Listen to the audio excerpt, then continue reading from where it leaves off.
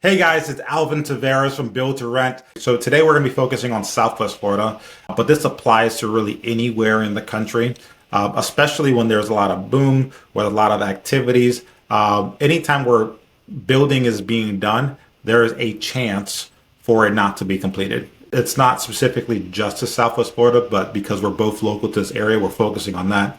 And there was a huge boom coming out of COVID-19.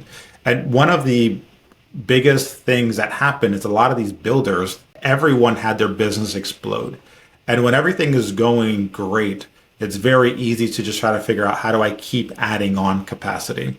So we had over 35,000 starts in 2021 alone. Now, mind you, that's not actually a really high number historically, but it was a big increase of where we were the last couple of years. So in comparison, it was a big upswing and there's a lot of being built. We've actually never got back to the highs that we had previously before, but we were ramped up very quickly. And then we're at a point where, once we came off of that peak, a little bit of confidence started to go down. And there were a couple of things that came up that made it a little bit more challenging. Can you walk us through kind of what you saw in the market during this time period? I think it was like a perfect storm, and I'm sure you lived it. It was especially after COVID, and then the natural disaster of like Hurricane Ian in our region. So you mix that with labor shortages, material costs, and disruption of the supply chain, right? So many builders, maybe some of them did not take into account how all those things came into place, right? So some companies, like you said, grew too fast. Like they took more than what they can handle, and this happens unfortunately when builder does not quite understand that just because you can have that project or take over that project, you should take over. There's a lot of no's. There's a lot of time when we don't take some work, and this led to unpaid subcontractors, leaving investors in a blind, I guess you can say, to no fault of their own. I don't want to say that I would have done it better, but I think it was a perfect storm that we had experienced probably from 2021, 2022 with the amount of homes being bought in Florida, COVID, and then Ian just, I would say, multiply that as Yeah. well. Yeah. So currently we're at a point where 10% of all starts in the region are paused or stalled or, have significant delays. And so, why did this happen? A person's job is to sell, and it becomes very easy to sell because the demand for your services is high, where they're going to sell a lot, right? And so part of it was just a lot of developers, we call them referral networks. Referral networks is basically when you have someone, usually not from the area, who sees an opportunity to sell a lot of something, even though they don't know much about it, and they sell it through another entity. So some of these referral networks were just like pumping this out. And so they make it look pretty, make it look nice, but they just kept doing the contracts because they're in the business of selling. And then you have all of these contracts signed, all of these contracts, paperwork done. You see a lot of deposits going into them. And then you have the actual builder who's just now feels like they can just hire indefinitely and just scale indefinitely with no troubles. And so what ended up happening is some of the things that were being said to the consumers were probably true a year ago, like building something in 6 months, right? So Yeah. but before COVID, you could build a property in 6 months. That was true. But in the midst of COVID, everything got pushed out to a year and a half to 2 years. And it was that, getting permits on the land were difficult, getting inspections done, of having the health department check the septic tank. Around every corner, there was a period where it could take a year just for the truss to be delivered to the property. That's right. The truck, And then Ian kind of topped that out too. So it was just right. yeah. So the material costs, labor costs, so all the time horizons got extended. And so it became like now you have a lot of investors that are upset. And so fortunately for a lot of investors, particularly the early ones, is we saw enough market appreciation that even though the project took 3 times longer, a lot of them came out with some equity at the end because of market appreciation.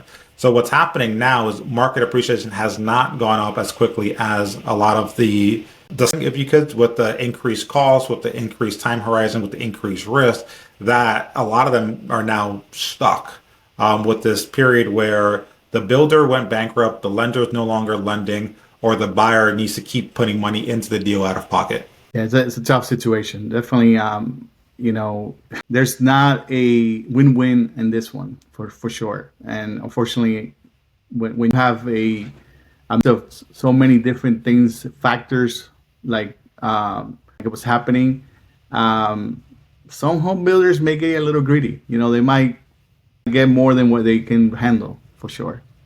And sometimes it's just overconfidence. And, it's because when things go well, you can't imagine things going bad. Oh, one thing that we always do in our projects, and it's funny, and this is something, a mindset that we have as a company, is when we're going to take over a new project, whether it's a remodel or rebuild, new construction, what is when we look at the plans, or when we're trying to design it, we always say, what is the worst case scenario? Mm-hmm. How, if we don't get this, or if we don't do this, what could happen? And we ask ourselves, between all of us, asking that question, because if we only go with what's the best case scenario, listen, I'm an optimist, but I'm a realist as well. So that's one thing that we have to look at the end of the day, because, we live in a very crazy world where, materials that, right now, wood is probably, a lot of wood could go higher now because of tariffs. So just gotta think about those things as you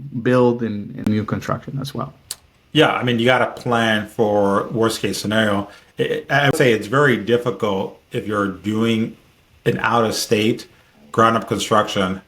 Absolutely. And so this part of the thing as well, just the investor mindset, is that one really bad deal is so much worse than 3 deals going well.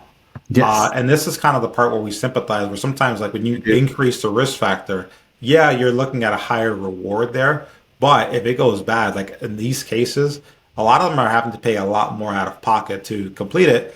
And when you do the analysis, you might look at it like, well, whatever I spent's already a sunken cost, so it has to be treated like a new investment.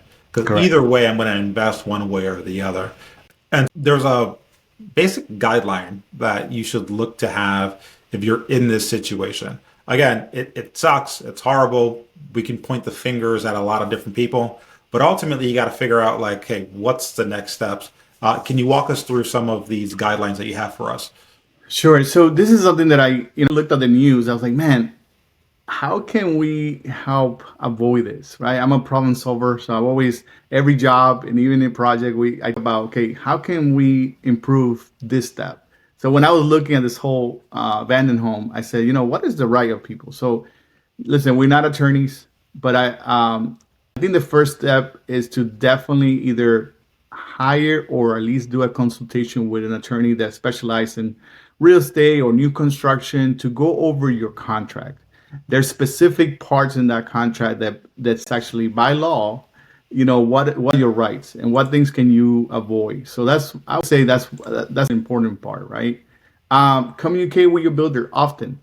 Don't just, I don't know, I think it was you who mentioned to me that there's builders sometimes that send pictures of a different home. I'm like, wow, that is crazy to me. So I think trust in any relationship is important, right? So there's gonna be a balance between trusting that home builder and also holding them accountable. So maybe hey, can I, pictures, like, for example, we get Google Drive for each client. So they have not only pictures, but they have the inspections there. And that's the drive. Once we finished, completed, they can have that drive. So I definitely think it's important.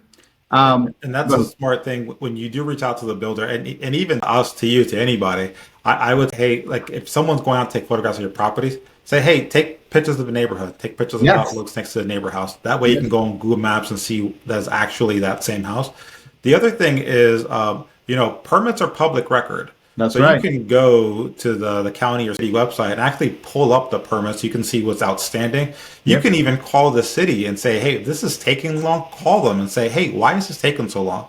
A common trick that some builders do is they'll say, oh, we're waiting for the city. And the city would have already, like, seen their whatever they filed and asked them a follow-up question. and the builder just never got back to them. And they're purposely delaying so they can work on another project while blaming the builder for the delay. So if you call the city and say, "Hey, what's the delay?" They might Correct. say, "Hey, we're waiting for the builder on something." Yes. But they're both pointing the finger at each other and leaving you with nothing happening. And I think it's hard when they're remotely. And I was before, and again, I noticed that a lot of clients that I helped, they were misinformed and they didn't do their due diligence. They did this, they did say, hey, we checked their website. I said, I would recommend, strongly recommend to not just go to somebody's, home builder website. I mean, they're there to kind of show you that they're credible, right? But I will definitely go to social media, search the name of the home builder, see really truly what digital footprint there is about that home builder in specific, because there was a lot of things already being mentioned in other, for example, you can go, like, there's a K Coral social media Facebook page. If you go there, there's always going to be some truth. Don't get me wrong, I understand there's going to be some clients, disruptive clients, that probably are not happy, but if you start hearing many times the same builder, maybe it's best to avoid that builder and maybe go and do a due diligence. I would hear one of them in particular say, well, we read the reviews. Do you know that most of these people pay for them to have like their five? We don't pay. Listen, it's funny. We only have like maybe 28 reviews, and there's a reason for that. We could have a lot more, but we only started like maybe 2 years, 3 years to start asking for a client. We actually didn't ask them. We said, listen, if we haven't earned your 5-star in Excel, let us know how we can earn it. And they, in return, they actually want to do a review, but we don't ask or we don't tell them what to say or the experience. So a lot of builders, they pay big money to keep a very high review, and sometimes it's not true to what they're watching. So just going back to hire a new contractor, you can, but it's going to be a process. That person has to take over that project. It has to take over, the permitting. So as much as possible to have a lot of information there it would be very important to have, because in some cases we had to grab a lot of information and go into the site and see what inspections were done, which one weren't. Thank God that we were able to do that. Utilize a building bond. In some cases you can do that. One important thing is, before you do the draws, you are allowed to say, hey, I want, maybe the first draws can be subject to certain things. I noticed some of these draws, like the first two were like already like 70% of the value of what they were building. I'm like, wow, nobody put a red flag there? I mean, come on. So I definitely think in insuring of your home, like, liens, make sure that, ask the builder, how do you pay yourselves? How do you go about completing their payments with them, and maybe release liens? Maybe in every phase they can, to do that, they can start releasing some of those liens of, let's say they finish drywall. Well, they can do that. All right, so now let's look at what to do if you find yourself with an abandoned property. Well, if it's just the land, you could either sell it on market, off market, like on our platform, buildtorent.com, or you can trade it in for a brand new property. And I'll show you in a little bit how to do that.